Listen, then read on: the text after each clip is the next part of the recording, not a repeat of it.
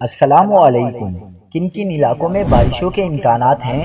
محکمہ موسمیات کی ملک بھر میں تیز آندھی اور گرج چمک کے ساتھ بارش کی پیشگوئی، شہری تیار رہیں۔ کیا آپ حالات حاضرہ سے آگاہی حاصل کرنا چاہتے ہیں؟ خبر کے پیچھے چھپے اصل حقائق جاننا چاہتے ہیں تو ابھی سبسکرائب کیجئے جلمل پاکستان کو اور ساتھ ہی گھنٹی کے نشان پر کلک کر دیں۔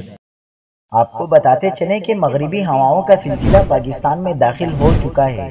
خیبر پختونخوا کے مختلف علاقوں میں بارش کا سلسلہ شروع ہو چکا ہے، جس کے بعد موسم خوشگوار اور جاتی سردی بھی لوٹ آئی ہے۔ محکمہ موسمیات کا کہنا ہے کہ اگلے 24 گھنٹوں میں مزید بارش کا امکان ہے۔ ملک کے بالائی علاقوں میں آج اتوار سے جمعرات تک تیز آندھی اور گرج چمک کے ساتھ بارش اور پہاڑوں پر برف باری کا امکان ہے، جس سے فصلوں اور سٹرکچرز کو نقصان پہنچنے کا خطرہ ہے۔